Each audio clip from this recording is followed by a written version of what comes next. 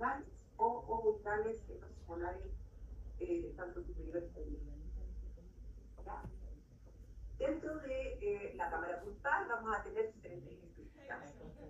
La primera estructura que vamos a encontrar va a ser un techo cameral, ¿ya? O pared o cruzal, que ustedes lo pueden ver exactamente en esa zona, ¿ya?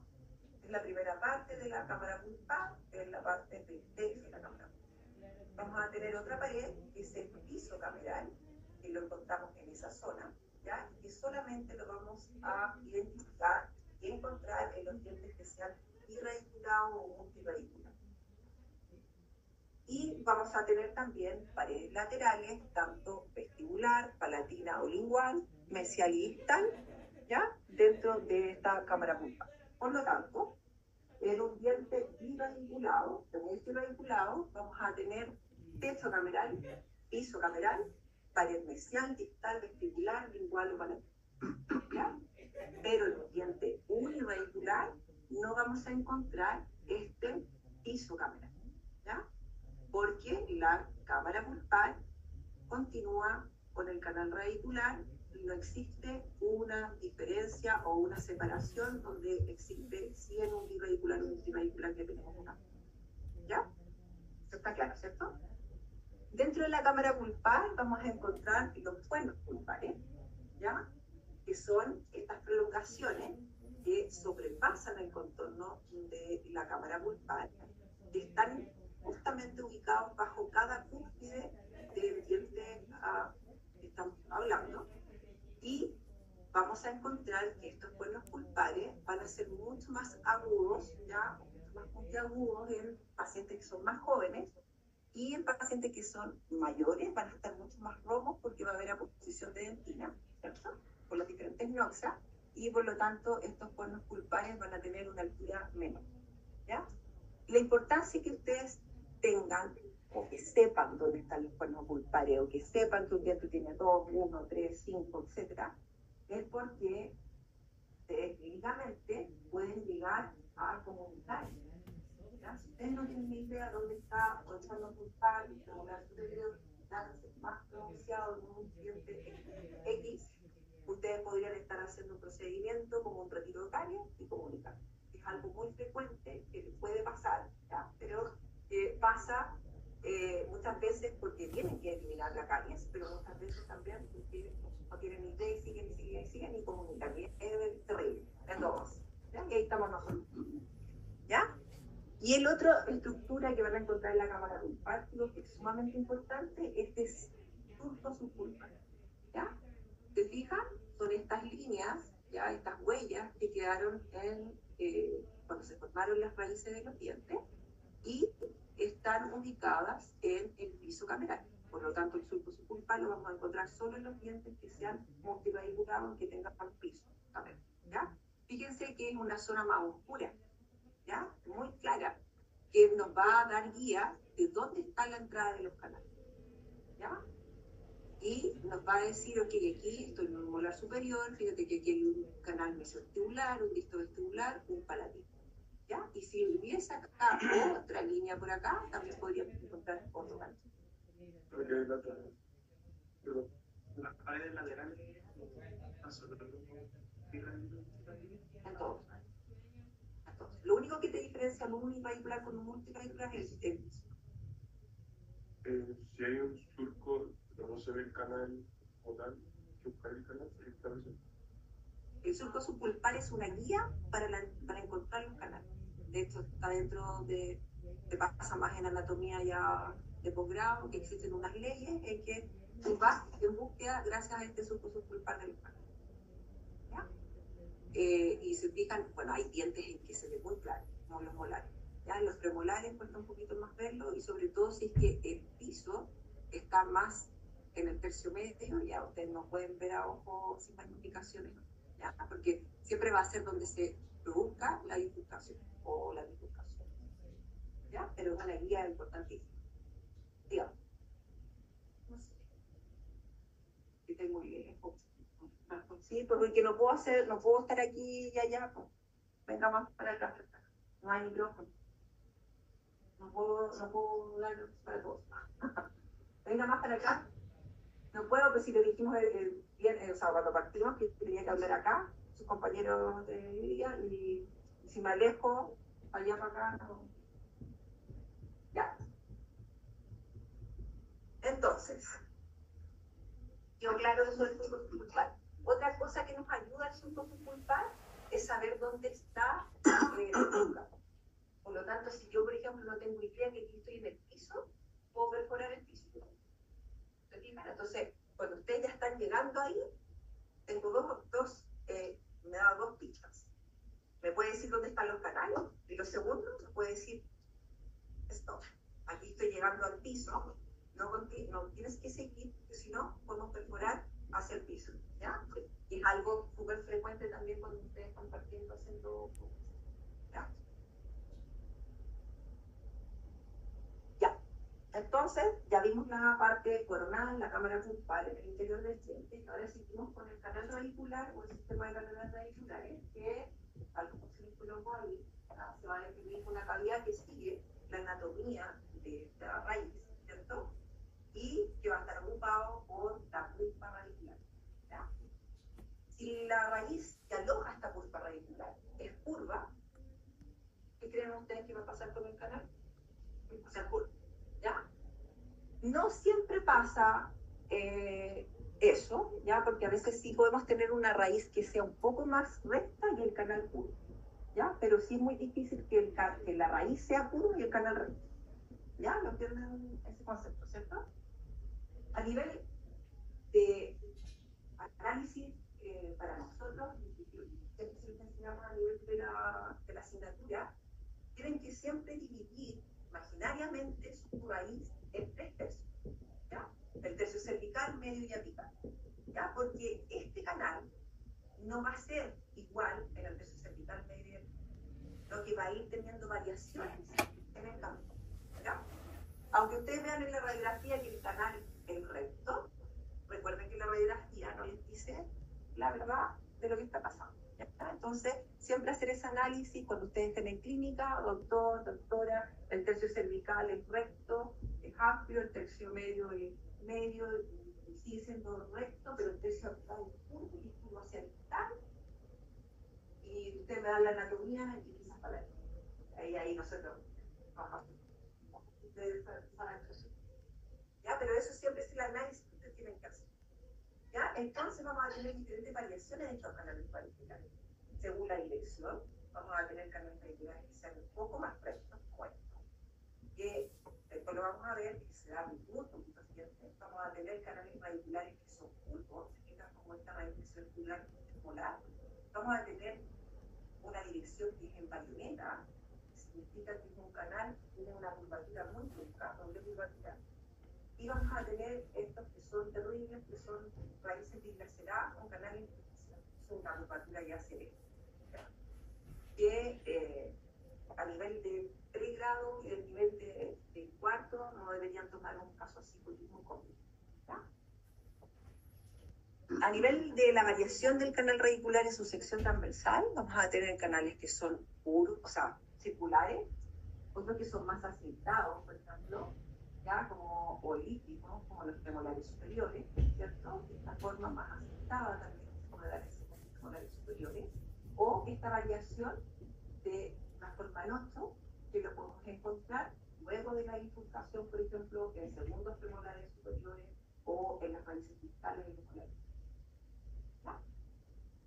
Según el trayecto, vamos a encontrar canales que pueden ser circes, ¿cierto? Que van desde un inicio de la cámara hasta el final como un canal, o que se bifurquen en algún punto, o que se bifurquen, ¿cierto?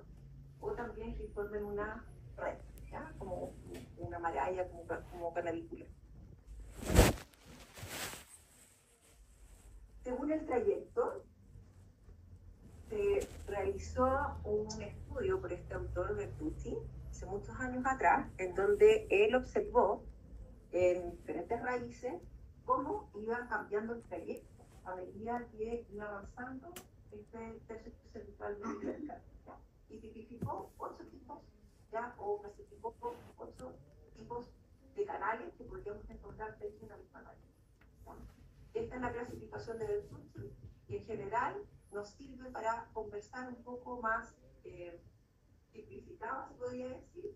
Entonces usted me va a decir, Javier, doctora, yo estoy en un diente, yo tengo un tipo 3. Le va a decir a su docente. Y ahí lo vamos a ver con qué chico. ¿Ya? Entonces, ¿de qué se trata esta configuración? Que las dejo ahí para que ustedes la analicen, pero por ejemplo el tipo 1 es la clasificación de Bertolucci, en donde el canal parte como único en el tercio cervical, llega como 1 en el tercio cervical. El tipo 2 es cuando tenemos dos canales, ya uno vestibular y uno palatino, ¿cierto? Por ejemplo, sigue en el mismo, dos canales y confluyen y forman un solo canal final. ¿Ya? O sea, dos juntos. Muy común en segundos femorales superiores. Ustedes me dicen, doctora, pero yo llevo instrumento, pero me chocan las limas o los cortes. Y eso es típico de un segundo femoral. Y eso, chicos, no es fácil de ver en una radiografía. No es como, y aquí lo veo clarito. Es muy complicado verlo, ¿ya? Quizás haciendo técnicas de desplazamiento, o de repente lo podemos observar con un tabique al medio, pero sí, ¿ya? Pero ustedes, si saben la clase de anatomía, van a tener claridad que eso podría pasar muy común en un segundo femoral. El tipo 3 es donde vamos a encontrar un canal, en el tercio medio van a ser dos canales, y luego se van a unir en el tercio hábil. ¿Ya?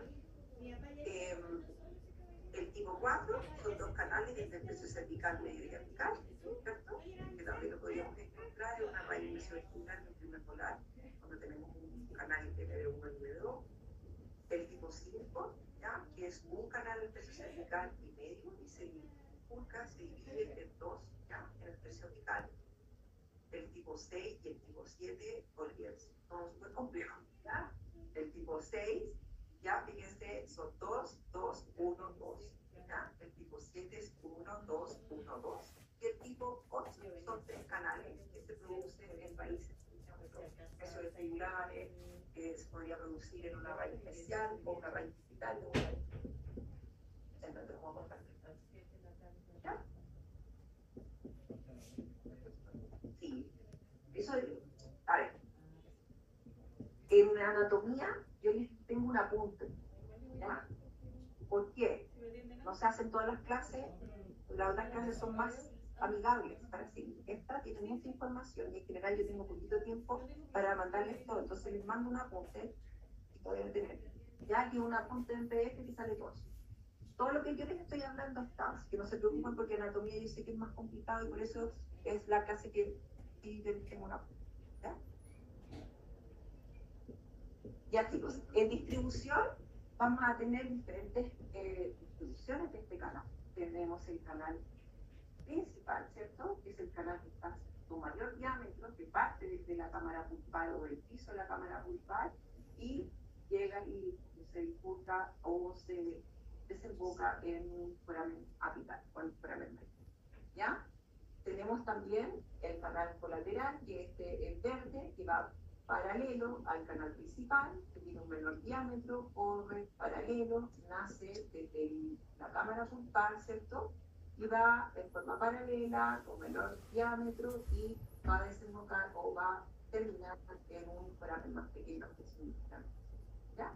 Ejemplo de un canal colateral es un canal MB2 de un molar superior. El canal lateral son canales que tienen una dirección más oblicua, ¿cierto? Más perpendicular, naciendo desde el canal principal y llegan hacia el periódico. La importancia de este canal lateral es que vamos a tener comunicación constante desde el periodonto hacia la punta y viceversa. ¿Ya? Por lo tanto, esto lo tenemos que trabajar y lo van a ver después en las clases posteriores, lo vamos a irrigar o vamos a hacer una preparación química de ese canal para poder limpiarlo porque no vamos a poder instrumentar. ¿Ya? El canal recurrente es como un loop ya que nace desde el canal principal en un menor diámetro, se va de forma independiente, recorre gran espesor de la dentina y posteriormente desemboca en este mismo canal principal. dentapicales son estas ramificaciones que se dan frecuentemente en el tercio apical, también las podríamos encontrar un poquito arriba, ¿ya? Pero se dan mucho en el tercio apical y también van a desembocar en canales pequeños, en estos pequeños agujeros corporales. ¿Ya? ¿Qué importancia tiene que los canales, tanto el principal como el canal colateral, sí lo vamos a poder instrumentar? En cambio, los otros canales no los vamos a poder instrumentar, sino que vamos a trabajarlos químicamente con las soluciones de irrigación que las van a conocer en las clases. ¿Ya? Si ustedes se fijan por la forma que tiene, un instrumento no puede llegar a esta zona, porque además, ¿cómo podríamos entrar con un instrumento, una lima, así y después así? ¿Cierto? O así y así. Todo canal que se pueda instrumentar tiene que nacer desde la cámara pública, ¿ya? Para poder encontrar. Los canales cavo-interradiculares o furcales los vamos a encontrar en dientes que tienen piso cameral, ¿ya? Y vamos a tener diferentes canales furcales, uno que nace del piso y se va directamente hacia la furca, o podemos tener uno que está en el tercio cervical y que se va desde el canal principal, la zona oblicua, hacia la furca, o tener dientes que salgan con ambos canales, tanto del piso y del canal principal.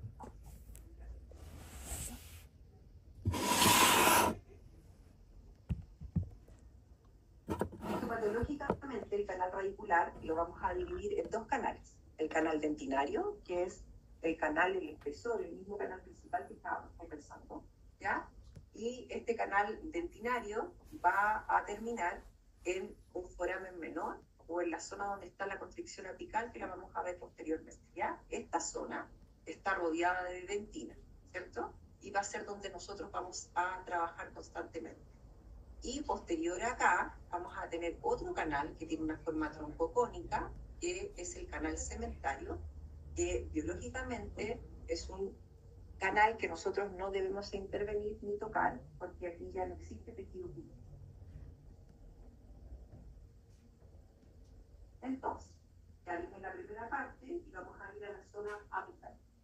Esta zona para nosotros es la zona más complicada que existe y es donde nosotros enfocamos todo nuestro tratamiento, ¿ya? La zona apical se va a denominar el milímetro de la raíz del diente y es donde vamos a encontrar todas las aberraciones anatómicas que existen en el diente, ¿ya? Canales laterales, dentapicales, ¿cierto? Curvatura, ¿ya? Curvatura severa, moecha, ¿ya? Aquí es donde nosotros enfocamos todo lo que sabemos, todo lo que tenemos de herramientas a nivel endodóntico, porque es muy complicado llegar a esta zona, ¿ya? Entonces, aquí vamos a encontrar diferentes estructuras anatómicas que ustedes, vuelvo a repetir, tienen que saber dónde se ubican. Ese es el objetivo de esta clase, ¿ya? O sea, cuando yo le hable de canal cementario, está por ahí. Yo le hablo de vértice anatómico, está acá, ¿ya? Después van a ir juntando todo lo que yo les digo para ir relacionándolo con las clases posteriores. Yo igual les hablo un poquito más para que se hagan fome, ¿ya? Pero en verdad es solo topografía. El vértice radiográfico va a ser el punto más alto, ¿ya? del ápice del diente, que ustedes lo ven en ese círculo negro, y es un punto tangente a la radiografía, ¿ya? Entonces va a quedar un poco más desplazado o menos desplazado desde el vértice anatómico dependiendo de la incidencia del rayo, ¿ya? O sea, lo que ustedes ven cuando toman una radiografía y que se ve la punta de la raíz, es el vértice radiográfico, ¿ya? Entonces vamos a empezar a conversar así. Doctora, la lima está llegando justo al vértice radiográfico, ¿ya? El vértice anatómico está desplazado de 0,5 milímetros de este vértice radiográfico, ¿ya? Y el vértice anatómico es la punta de la raíz, ¿ya? O sea, si ustedes sacan el diente, la parte apical, esa es la vértice anatómica, ¿ya? Y cuando tengan la parte preclínica, ustedes van a ver. Ahora, ¿qué es importante de estos dos puntos? Que no coinciden. Por lo tanto, cuando usted va a hacer un tratamiento endodóntico, como lo van a ver en las clases posteriores, cuando ustedes vean la radiografía, vean el vértice radiográfico justo en la punta, significa que estamos un poco desplazados.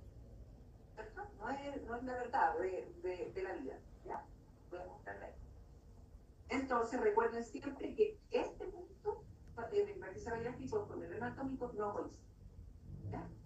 Luego de eso vamos a tener el foramen apical o el foramen mayor, que es en verde, que es la salida del canal dentinario o el canal cementario más específicamente.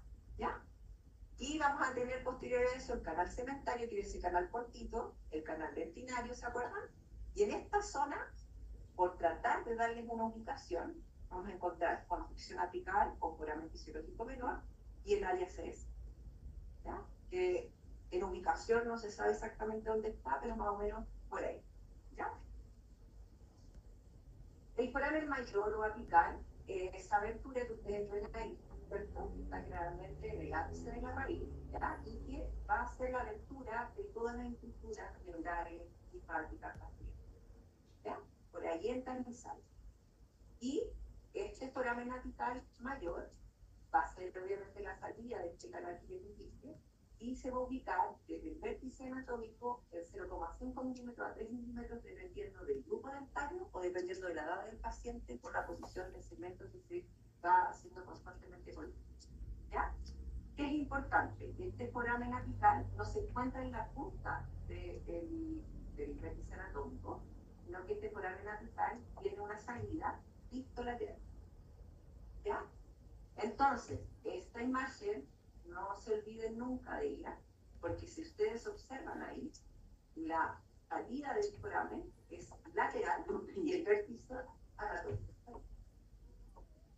¿Ya? Entonces, si yo voy con una radiografía y tomo esto, yo estaría trabajando en esta zona y la lima estaría de aquí a acá sobre el suelo. Y eso produce mucho dolor también. ¿Ya? Entonces, no tienen que olvidar nunca eso. El foramen se encuentra pistolateral. ¿Tú sabes que no tiene salida de ahí? Eso es lo que yo le digo. Esa imagen nunca la olviden. ¿Ya? Esa imagen es la verdad. Pero lo que pasa es que radiográficamente no tienen esa imagen. ¿Ya? ¿No? Ah, no me levanto. Sí, sí. Pero no quiere decir que el canal siga como hacia el... No, pues esto está afuera. No. No. Este es el término del canal. Acuérdense que el foramen apical es la salida del canal. ¿Ya? Entonces, si ustedes están viendo esa imagen, significa que eso está sobreobturado, o sea, sobreinstrumentado, en ese caso. ¿Ya? Por eso les muestro y les recalco en anatomía que la salida siempre va a ser pistolateral y que lamentablemente se les olvida a muchos colegas y a muchos estudiantes que no va a coincidir este ¿ya? Anatómico con este plan. Van a haber muy poquitos dientes, pero vamos a ver si coincide. ¿Ya? Porque acuérdense que esta distancia de 0,5 a 3 milímetros va a depender de la edad del paciente y va a depender del grupo de cáncer. ¿Ya? ¿Ya? Las foraminas son estos agujeros pequeñitos que tienen la salida de los canales accesorios o canales secundarios que yo les había mostrado cuando hablamos de la distribución de todos los canales. ¿Cierto? Son pequeñas aberturas pequeñitas que se encuentran en el vértice anatómico o en la parte de la raíz y están a los lados de este foramen mayor. ¿Ya? Vamos a encontrar alta incidencia de estas foraminas en raíces vestibulares, molares superiores y en molares inferiores. ¿Ya? Básicamente donde encontremos canales laterales o secundarios. Entonces, ya vimos vértice radiográfico, vimos vértice anatómico, foramen apical mayor, y ahora vamos a continuar con el canal cementario que indican en esa zona. ¿Recuerdan?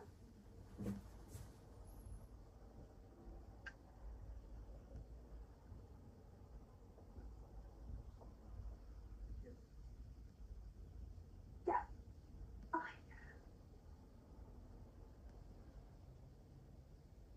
El canal cementario, recuerden que tiene esta forma troncocónica, ¿ya? Que va a ir desde, o su límite es desde la constitución apical o foramen menor, o donde termina el canal dentinario, hasta el foramen mayor. Tiene una longitud aproximadamente de 0,5 a 1 milímetro, ¿ya? Y también vamos a tener una distancia al foramen o al vértice anatómico desde este canal cementario de 0,2 a 3,8 milímetros, ¿ya? O sea, eso va a depender de cuánta posición de cemento, ¿ya? Si es más largo o menos largo, ¿ya? ¿Por qué les hablo de longitud? Porque cuando un paciente es mayor, va a tener más posición de cemento. Por lo tanto, cuando usted toma una radiografía, va a ver que el término de su instrumentación va a ser más corto, ustedes van a ver más corta la endodoncia comparado con un diente más corto. Entonces ustedes van a decir, ay, me quedó corta la endodoncia. Ustedes además van a ocupar, lo van a ver en las clases perfecto con el doctor Toledo, que van a ver que van a determinar la longitud por un positivo que es el localizador temporal, ¿ya? Que nos va a dar específicamente hasta dónde yo tengo que ir, ¿ya? Y nosotros luego vamos a comprobar con la radiografía solo para ver que estemos trabajando bien con ese dispositivo, ¿ya? Pero ese dispositivo les dice específicamente hasta dónde deben llegar, ¿ya? Entonces, el canal cementario, ¿por qué se los muestro? ¿Por qué se los enseño? Porque depende mucho de la patología en que yo esté. Yo tengo que intervenir ese canal cementario o no, ¿ya? El canal cementario básicamente es tejido periodontal, ¿ya? Donde vamos a encontrar fibroblastos, colágeno, nos vamos a tener tejido dental. Por lo tanto, ustedes no deberían instrumentar, porque es un canal que es altamente vascular, ¿ya? Por lo tanto, no va a haber control del proceso inflamatorio. Si ustedes llegan a sobrepasar por el instrumento en el canal cementario, el paciente va a tener bastante hemorragia, ¿ya? No vamos a lograr la hemorragia porque es un canal muy amplio, y que obviamente vamos a tener mucho más populación en esa zona. Que el paciente le va a poner. Pero, por ejemplo, en patologías de las van a aprender, en donde los tratamientos son necropulpectomía, ya, en patologías que ya tenemos bacterias, este canal cementario sí lo tenemos que intervenir, no instrumentándolo, sino que limpiándolo con irrigantes, ¿ya? Y utilizando una lima que se llama lima pasaje, que también se la van a enseñar específicamente. Por eso es importante que lo canal. Otra zona es la unión cemento-dentina, que tal como ustedes lo ven ahí, es la unión de los tejidos de la dentina, del cemento y del canal. Justo un punto donde se unen estos tres tejidos, ¿ya? Y estos tres tejidos se unen en un punto específico, ¿ya? Y antiguamente, lo que se los muestro, porque si ustedes van a leer, van a encontrar esto como un reparo anatómico, pero lamentablemente es un reparo que es muy poco constante, ¿ya? Entonces, si bien se lo tengo que hablar, no es algo que a nosotros nos va a determinar mucho, ¿ya? Solamente ustedes tienen que saber eso, pero para nosotros, con fines terapéuticos, no, ¿ya? Dicen algunos autores que coincide o no coincide con la constricción. Antiguamente se tomaba este punto como el punto de referencia con la instrumentación, pero hoy no, ¿ya? Y el punto sí importante, o el reparo anatómico que sí tenemos que tener con claridad, es el foramen fisiológico, ¿ya? O menor, o la constricción apical. La constricción apical es la zona de mayor estrechez de este canal dentinario. Ustedes lo ven ahí como esta zona que hay una constricción, ¿cierto? Y justo en esa zona también se puede hablar que hay un foramen fisiológico e histológico menor. ¿Se acuerdan que aquí yo les había hablado del foramen mayor? Aquí está el foramen menor, ¿ya? Y se los junto como un solo término, ¿ya? Porque se habla en muchos textos con autores diferentes que la constricción apical no existe, ¿ya? Está ausente en un porcentaje súper amplio, y otros dicen que ahí está la pelea que ustedes dice que no existe. Lo importante es tener claro que en esa zona que hay mayor estrechez del canal dentinario, sí va a ser nuestro límite de instrumentación, ¿ya? Entonces, si en una prueba se me pregunta cuál es el límite de la instrumentación, foramen fisiológico menor o constricción, ¿ya?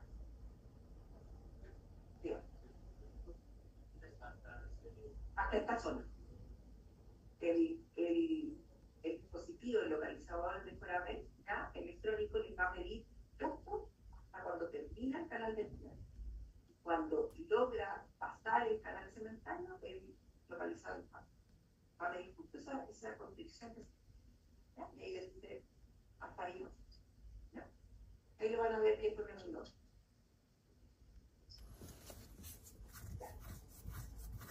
Entonces vimos cámara pulpar, ¿cierto? Con los diferentes reparos anatómicos de la cámara pulpar, ¿cierto? Que es por parte de los cuerpos pulpares, los subpulpares, ¿cierto? Las paredes, el cable, el canal radicular con sus diferentes variaciones. Que lo importante del canal radicular es que sepan más o menos las variaciones, las especificaciones de Bertolucci, ¿ya? Y que sepan que el canal realmente no es uno, sino que va variando, ¿ya? Ahora, la anatomía por grupos.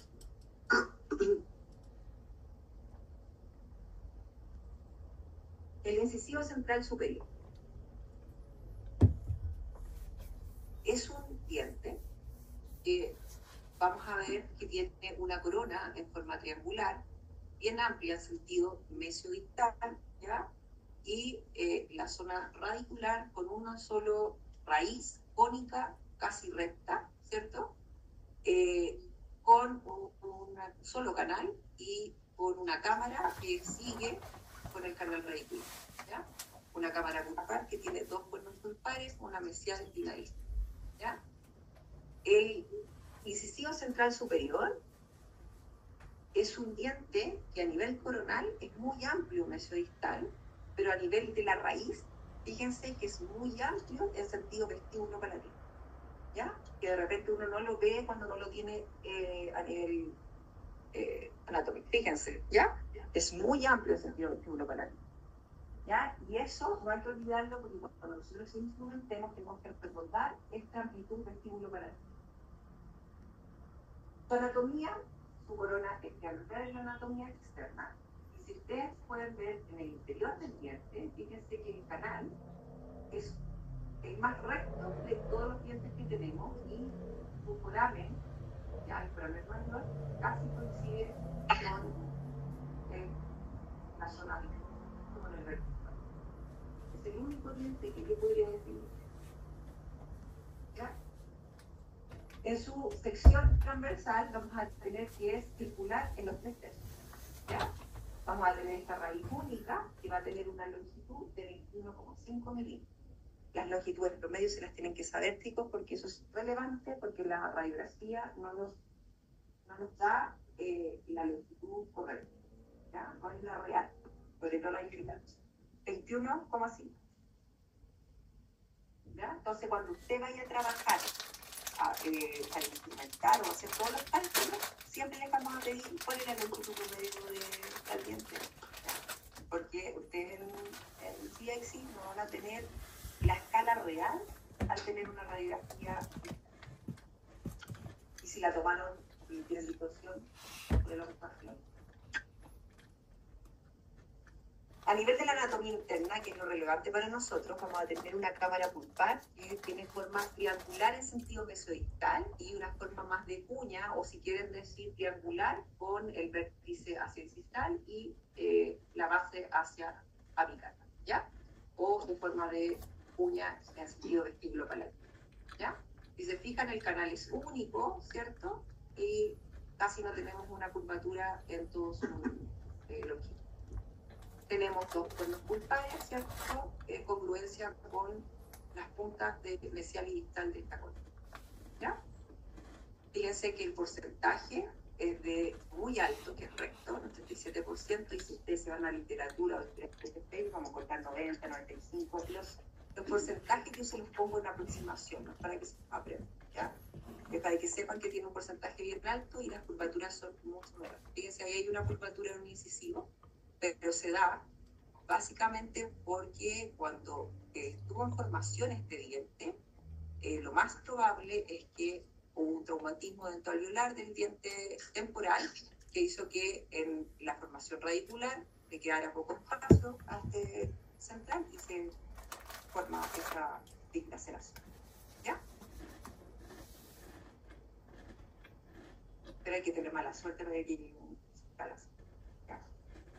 Los incisivos laterales superiores, chicos, esta imagen, no olvidar. Es un central con menor dimensión mesodistal, con una raíz larga, ¿cierto? Con un poquito más larga que el central, y se certifica que tiene una curvatura.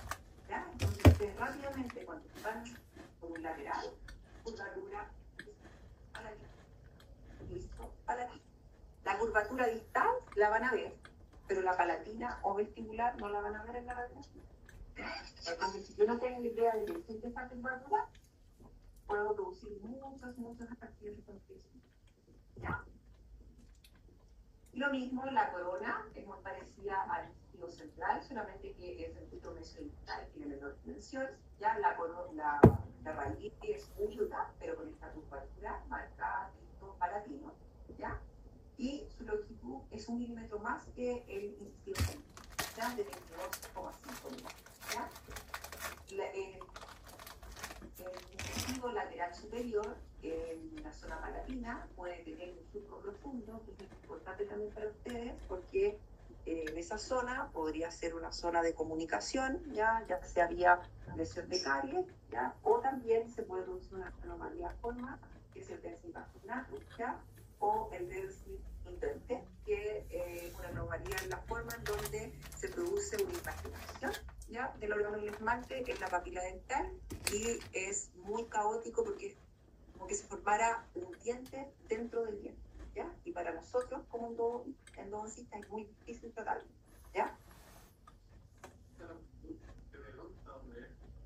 Desde incisal hasta el vértice malar.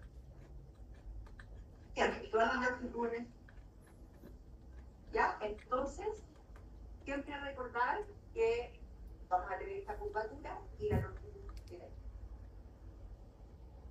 Entonces, si por ejemplo te tuviera una incisión lateral en recto radicular, tu longitud promedio va hasta ahí nomás.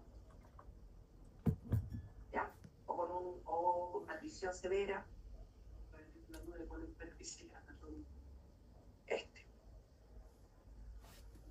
La punta de la raíz. Y el vértice radiográfico es esa punta de raíz, pero la radiografía. Entonces, te voy a decir como para yo en promedio, que eso es como un poquito para llegar a la defensa de una era 21%. Y ahora, incisal. Siempre todas las longitudes que yo les dije, por ejemplo, el incisivo central superior de 21,5 es desde el borde incisal hasta el vértice anatómico. Siempre. Entonces, eso es lo que ustedes van a trabajar en instrumentación. ¿Ya? O sea, no van a trabajar en eso, pero es lo que ustedes tienen que tener como longitud aparente del diente, porque si les empiezo a hablar eso, va a ser todavía muy, no van a saber lo que les estoy hablando, ¿ya? Pero en general, nosotros trabajamos una longitud aparente del diente, que es desde el borde incisal al vértice radiográfico, y nosotros tenemos una longitud más o menos, y con eso hacemos unos cálculos para trabajar con un margen de seguridad, ¿ya? Pero siempre tienen que saber las longitudes promedio. En anatomía interna, chicos, es exactamente igual que el incisivo central superior. La cámara tiene que recordar la forma que es triangular, ¿cierto? Centro mesodistal o de línea, centro palatino, ¿ya? Recordar que la sección va a ser en esta más ovoidal, quizás, y circular ya cuando estemos en el pecho cervical, medio de tibia apical.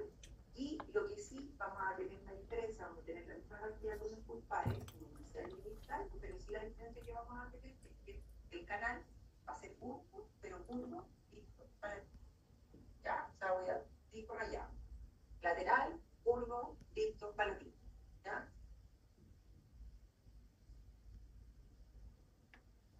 El incisivo central lateral, el incisivo central inferior, ¿ya? Fíjense, es mucho más achatado mesodistalmente, es el diente más pequeño de toda la arcada y la amplitud vestíbulo-lingual es mayor que en los dientes superiores, ¿ya?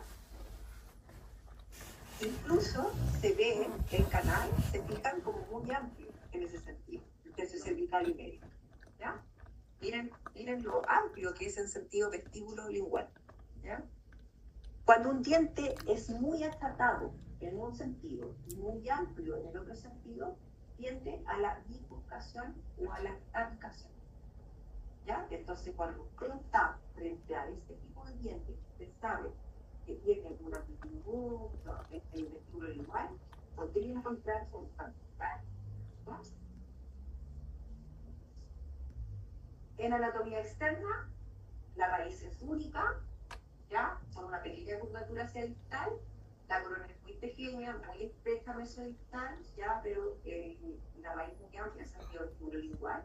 Fíjense que su longitud promedio es de 20,5 en el central y el lateral 21,5. ¿Ya? Es más chiquitito de el La cámara sigue siendo igual que la cámara de todos los incisivos, ¿ya?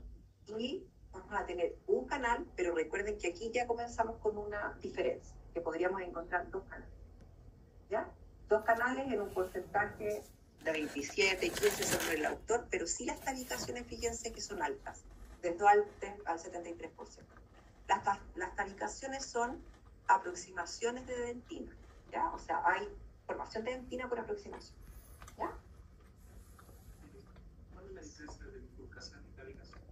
La bifurcación se produce en el trayecto de un canal o en el trayecto de una raíz, pero la tabicación es una formación de dentina, ¿ya? En la misma raíz, ¿ya? Que hace que tu canal se divida. Es diferente, ¿ya? Porque si yo tengo una tabicación, puedo tener una tabicación en esta zona, aquí el canal junto, otra tabicación en esa zona, ¿ya? Son formaciones de dentina. Pero si es bifurcación, entonces no se puede volver a unir. Se podría unir el canal. O sea, si por ejemplo se bifurca, ya el canal sigue como uno y después puede curvarse o dividirse. Pero es distinto porque el canal tú lo estás viendo que hace ese trayecto. Lo que yo te estoy contando ahí es que hay dentina, que tú no lo podrías traspasar, es duro. ¿Ya? Como que se formó un diente en esa zona. ¿Ya? Y ustedes lo van a ver radiográficamente así, como que hay dos canales. Pero nosotros sabemos que eso no es una bifurcación real, sino que es una tabicación. ¿Ya?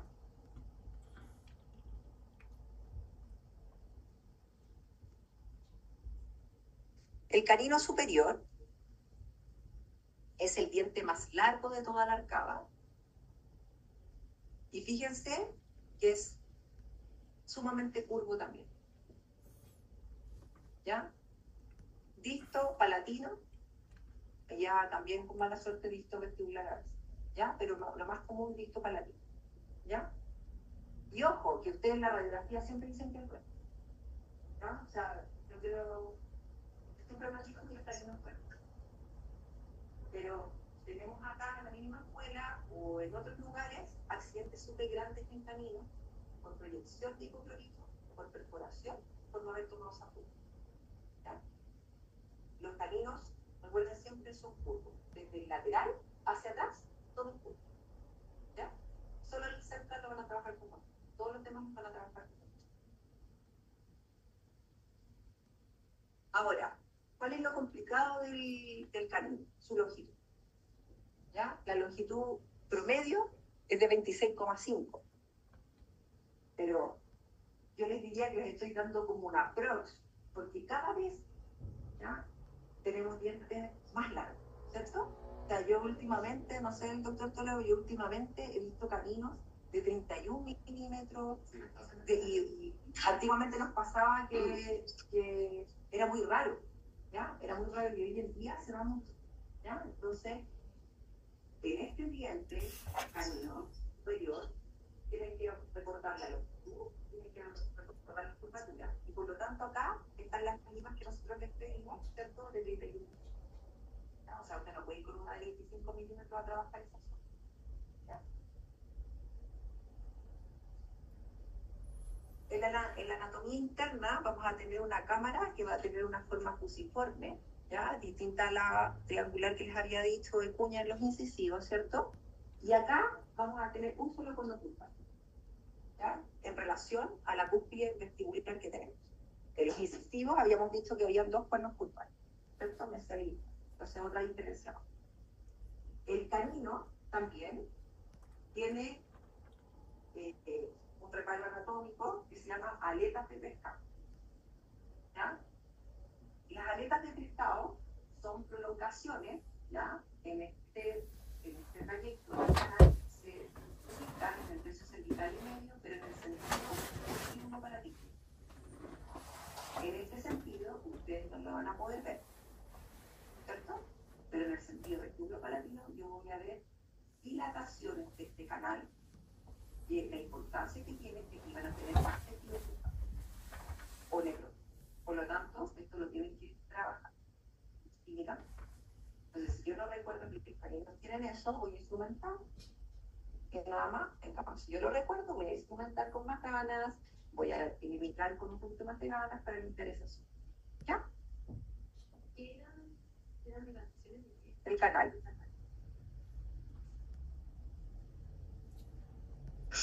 ¿Ya? Y se dan más en el canino inferior que en el canino superior. ¿Sí? Pero en ambos se podría encontrar.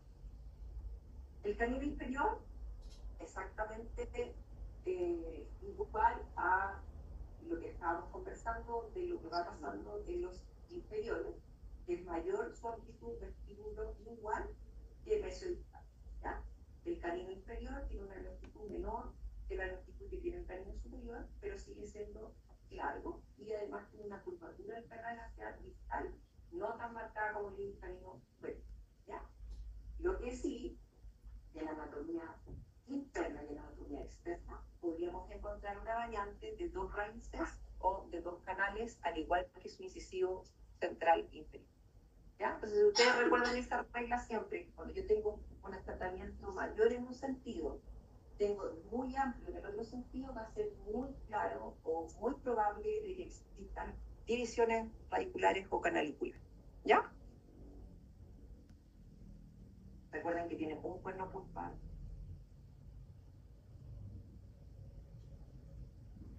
El primero y el segundo premolar superior, el primer premolar va a ser el primer birradiculado del arcada que ustedes sí van a realizar como tratamiento, ¿ya?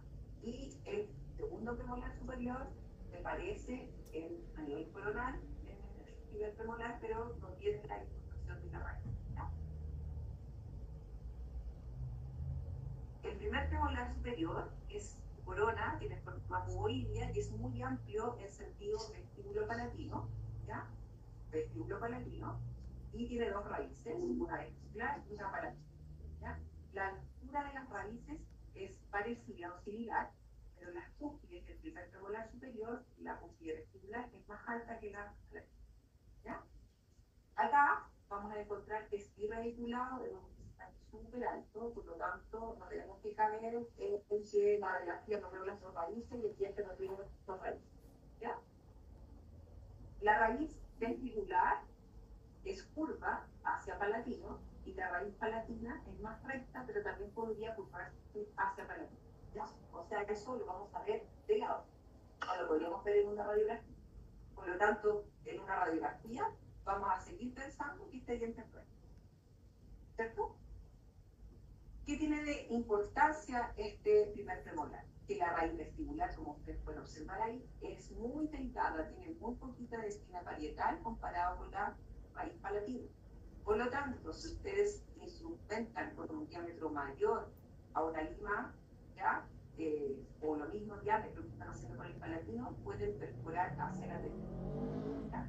Y lo otro es que existe un 93% un flujo radicular que recorre la raíz vestibular en la zona palatina, que es un adelgazamiento, ¿cierto? Una hendidura que tiene esta raíz. ¿Ya? Que en términos generales va a tener un espesor menor en esa zona de la hendidura. Entonces, si yo instrumento esta raíz, me cargo además hacia palatino, voy a perforar. Entonces tengo que instrumentar hacia el vestibular. La longitud promedio, 21 milímetros, ¿cierto? Y el segundo premolar superior, exactamente igual a la corona, solamente que sus cúspides son similares en altura, pero la raíz es uniradicular en la mayoría de los casos, ¿ya? Pero su amplitud, vestíbulo palatina, es mayor, al igual que el primer premolar superior. Entonces, si yo le pregunto a usted, Este diente, con este diente, ¿lo trataría de la misma forma? ¿O aquí pondría una lima y aquí pondría solo una lima? O sea, aquí 2 limas y acá una lima. ¿No? ¿Lo trataría igual con 2 limas acá? Mi pregunta, una pregunta.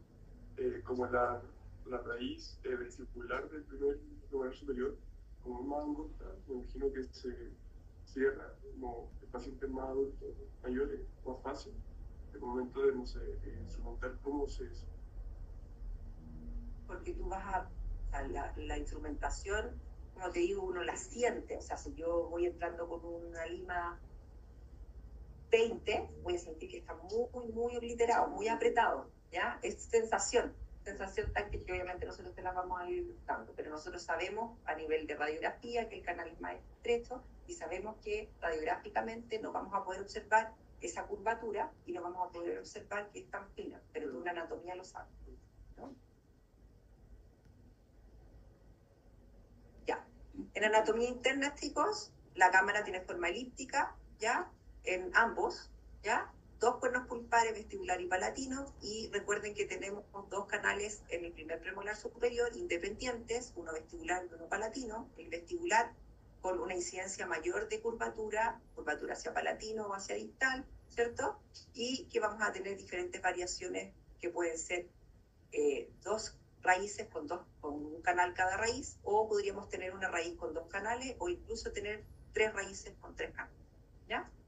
Y el segundo premolar superior, en la forma interna, la cámara pulsar tiene forma elíptica, ¿cierto?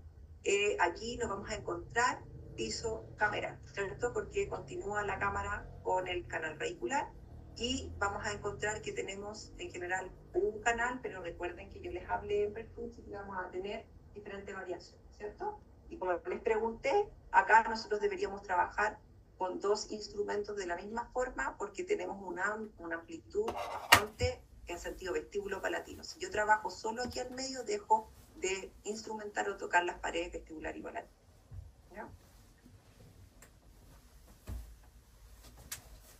El primero y segundo premolar inferior, que va a ser la prueba práctica para ustedes, es un premolar que tiene una corona más bonita, ¿cierto? Y es muy amplio en sentido vestíbulo igual. Si se fijan, la corona tiene una gran diferencia entre la costilla vestibular y lingual, ¿ya? Una costilla lingual reducida con una costilla vestibular bien pronunciada. Y es importante tener claridad que los premolares inferiores tienen una fuerte inclinación hacia el lingual, que no coincide con la longitud o la forma que sigue la raíz. Por lo tanto, cuando vayan a hacer acceso, tienen que recordar que existe un concepto que es la discrepancia coronarradicular, porque ustedes podrían llegar con sus piedras, su fresa, comunicar y seguir de largo y perforar. ¿Ya? Entonces, recordar que los premolares inferiores tienen esta inclinación hacia el lingual. Yo creo que donde más perforaciones vemos son en los premolares inferiores. ¿Ya? Entonces, los cuernos van a hacer exactamente lo mismo, ya vamos a tener una variabilidad anatómica importante en los premolares inferiores, ya en general tenemos un canal, pero podemos tener un sinfín de variaciones, un canal, 2 canales, 3 que se los voy a mostrar ahí. Recuerden que la cámara tiene forma ovalada, ya 2 cuernos pulpares, ya, y vamos a tener muy parecido a lo que les había conversado de 2 grupos inferiores, ¿ya? El segundo premolar inferior exactamente lo mismo. Fíjense la variabilidad anatómica que tienen los premolares inferiores, ¿ya? Bifurcaciones mesiales distales, vestíbulos linguales, bifurcaciones, etcétera, etcétera, ¿ya? Eso lo vamos a ver y en general siempre radiográficamente podemos tener signos indirectos que nos digan más o menos qué es.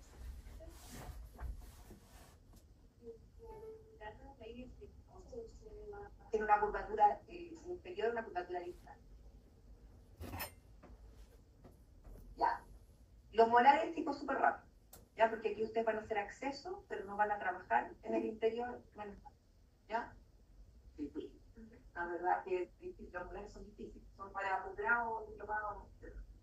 Ya, el primer molar superior, recuerden que tiene una corona, ya, que tiene 4 cúspides, podría tener 5 cúspides, tiene 3 raíces, una palatina, una mesial y una distal, ¿ya?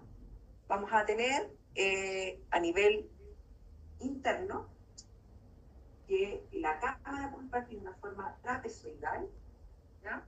Y vamos a tener los 4 cuernos pulpares. Vamos a tener un canal mesiovestibular, ¿ya? Que es muy achatado mesiodistal, pero muy amplio en sentido vestíbulo-palatino, y vamos a tener estos 2 canales, que va a haber un MB1 y un MB2. Vamos a tener una raíz dictovestibular, que va a tener su canal también único, que es más recto, y vamos a tener una raíz palatina, que es mucho mayor en longitud, ¿ya? Y que tenemos también curvaturas hacia vestibular, y es muy amplio y más rico, ¿ya? El segundo molar superior, a diferencia del primer molar, cuando ustedes hagan acceso, cuando estén en urgencia, ¿ya? Van a encontrar que la corona del segundo premolar, fíjense, es un poco más achatada en sentido mesiodistal, un poco más amplia en sentido vestibulopalatino, ¿ya? Y por lo tanto, su cámara va a ser más rectilínea, más achatada mesiodistal, y van a encontrar los canales mucho más juntitos, a diferencia del primer molar. La diferencia también entre el primer molar y el segundo molar, que las raíces son más divergentes en el primero y en el segundo van a ser más convergentes, ¿ya? Las longitudes las tienen, se las voy a pasar en el apunte, ya vamos a tener más o menos para que ustedes sepan cuánto es lo que uno debería tener, pero como ustedes no van a trabajar en el interior, tampoco es algo muy relevante. Y los molares inferiores, chicos, son dientes que tienen solo 2 raíces, pero una corona con 5 cúspides, ¿ya? 3 vestibulares y 2 linguales, ¿ya? En el primer molar vamos a tener una raíz mesial que es bien achatada mesodistal, bien amplia vestíbulo lingual, y una raíz distal que tiene una curvatura hacia, ¿ya? La raíz mesial tiene 2 canales y la raíz distal tiene 1 canal. Y el segundo molar inferior se diferencia que la corona es un poco menor, ¿ya? No vamos a tener 5 cúspides, sino que 4, ¿ya? Y aquí ya también vamos a encontrar exactamente lo mismo, una raíz mesial y una raíz distal, pero las raíces se aproximan un poco más. Este cuadro creo que lo tienen todas las universidades, todos los compañeros en todas las universidades, y es mío, ¿ya? Ya, pero este cuadro es muy bueno porque les dice el diente, el número de raíces y canales de la mayor frecuencia a la menor frecuencia, o sea, lo que van a encontrar más comúnmente, su segunda frecuencia, su tercera, y así, ¿ya? Y las longitudes promedio, que es lo que siempre les pido que sepan, y que todos los otros docentes también se los van a pedir. Maxilar inferior, exactamente lo mismo, ¿ya?